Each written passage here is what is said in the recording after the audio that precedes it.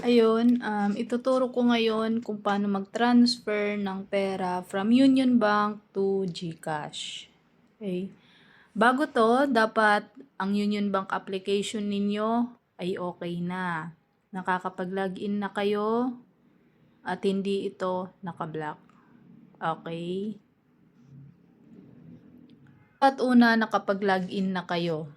Okay, nakalagin na kayo sa Union Bank application. Pag nakalagin na kayo, ito yung bubungad sa inyo. Nandyan yung mga accounts ninyo. Tapos yung iba pang mga features ng Union Bank application. So, i-click nyo lang yung send money.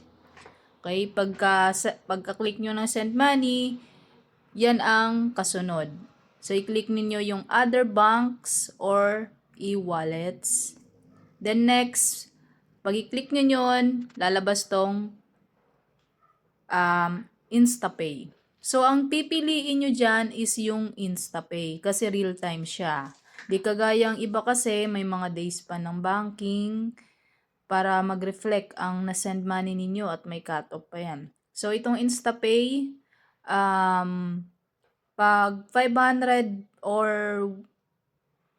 1,000 below, wala po siyang transfer fee. Pero pag 1,000 above, may 10 pesos transfer fee ito. Okay, next niyan, pagkatapos nyo maklik yung InstaPay, makikita nyo ito next. So, i-click ninyo itong kulay arrow dyan, yung arrow below na yan. Kasi may lalabas yan dyan kung anong mga klaseng pagsasendan ninyo. Ayun, pag maklik nyo yan, marami na yan. Andyan na yung mga bank. So, dahil GCash ang sasendan natin, hahanapin nyo yung GCash. So, pag i-click nyo lang yung GCash na yan, next is, ilalagay nyo syempre yung GCash number. So, dapat tama ito. Hindi pwedeng magkamali ng GCash number kasi wala siyang confirmation. Di kagaya ng GCash, pag i-click niyo yung number, ilagay nyo yung number, pagka next, may confirmation pa siya, yung pangalan ng GCash. Dito, hindi. So, next, ilalagay yung GCash number at yung pangalan ng may-ari ng GCash. So, next mo lang yan. Ayan, ditong next. Click nyo lang yung next. Then, ilagay kung magkano yung ipapadala ninyo. So, pag malagay nyo na kung magkano ipapadala ninyo, i-click yung fund transfer. So, next nyan, pagkatapos i-click yung fund transfer, next nyo lang din yan. I-click itong next sa baba. Then, ipapacheck yan. I-review mo muna kung tama yung mga details, yung GCash number, yung pangalan ng pagsasendan, at yung amount. Kung 1,000 above yan, may nakalagay yan, transfer 1,000 pesos plus 10 pesos transfer fee. So, 1,010 ang mababawas sa'yo pag transfer nun.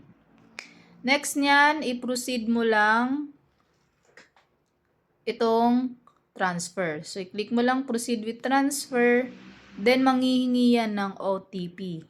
Isasend yan doon sa registered mobile number mo ng Union Bank. Okay, 6 digits yan. So, antayin mo yung messages.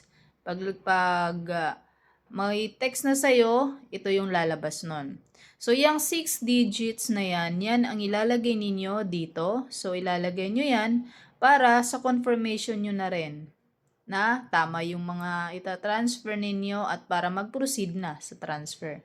So, after nyo maklik dyan, itong 6 digits na yan, ito na yung lalabas. Magsa-successful na siya. Ibig sabihin na transfer na. And real time po yan, magre-reflect ka agad yan sa GCash application or kung kanino nyo sinend.